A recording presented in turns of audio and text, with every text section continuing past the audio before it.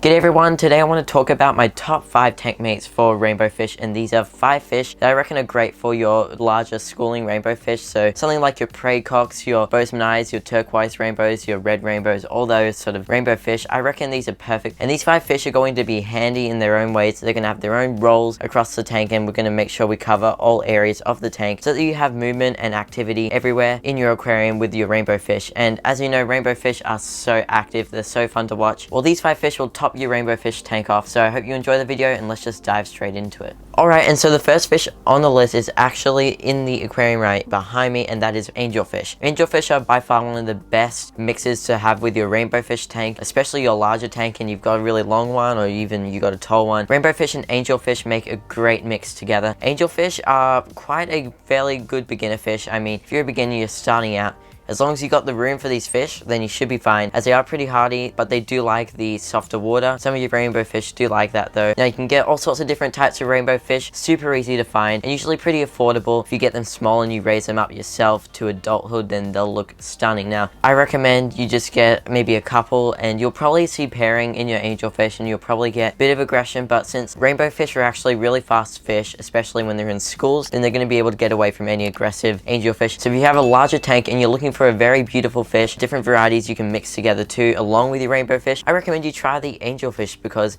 they are super fun.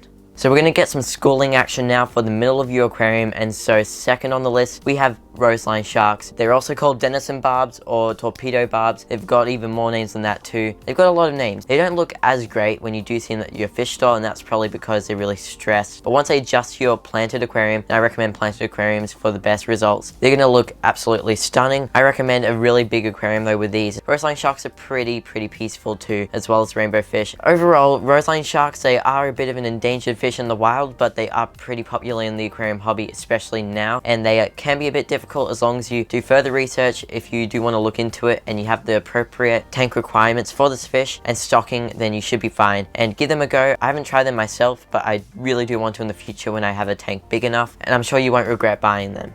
Rummynose Tetras, so not much to talk about. Rummynose, they're probably the best schooling fish out of all tetras, and you know tetras are known for schooling. Basically, Rummynose will start schooling straight away when you add them into your aquarium. Now they do look really nice, especially when they do grow a bit bigger. They have a bit of red on the nose and on the head, and they've got striping on the tails too, so it actually looks really cool. They're not the most colorful fish, but they certainly bring lots of schooling activity into the tank, and they do look really nice when you have a really big group and they're schooling around the aquarium. They are another really easy fish to find, at least in most areas, especially here in Australia, and I recommend a minimum school of 6. Try get 10 or more if you can. The more you have them, the cooler the effect will be with the Rummynose and the rainbow fish, so give them a go if you're interested and you want extra schooling going on in the tank. Alright, we've got another schooling fish, and this is a bottom dweller, so a fish that's going to really always stay at the bottom of the tank, and this is Corydoras. You can't go wrong with them. There are so many different types you can get out there. I'm sure there's one that fancies you even if you don't really like the look of Corydoras. They're actually really cute when you get to know them and you keep them. They're actually super adorable, and they've got incredible personalities. They're also pretty easy depending on the different types you get, so care does range between the different types. If you're a beginner, then I recommend starting off with maybe panda, bronze, albino, all those sort of Corydoras, and then you can move up to the more expensive ones if you want to. Now, Corydoras range in size too, but your smaller Corydoras I can go in nano tanks is probably the pygmy Corydoras. They're really cute and they're great for your 5 gallons to 10 gallons, but then you also have bronze Corydoras that are better for your 20 gallons or higher, along with all the other Corydoras. So if you do have your big rainbow fish tank, get a nice big group, maybe get 2 groups of 6 of 2 different types, and that'll look super cool. But yeah, just give them a go. Do further research, of course, if you do want to consider them. Alright, so this fish I haven't kept before, but it's basically a Danio, and this Danio is more suited for your bigger tanks, like your rainbow fish tanks, of course, and we're talking about giant Danios. So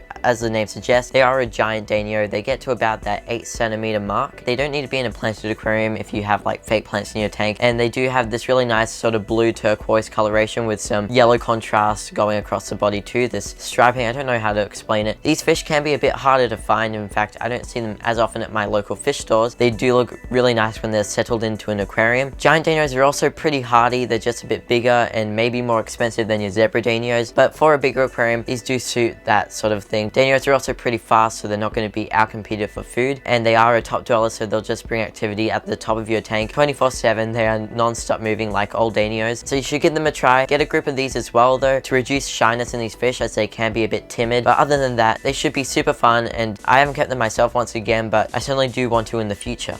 Well, there you have my top 5 tank mates for your schooling rainbow fish that are for your sort of bigger centerpiece tanks. But thank you so much for watching. If you enjoyed, give it a thumbs up and subscribe for more content just like this. But have an awesome day, and I'll see you all in the next video.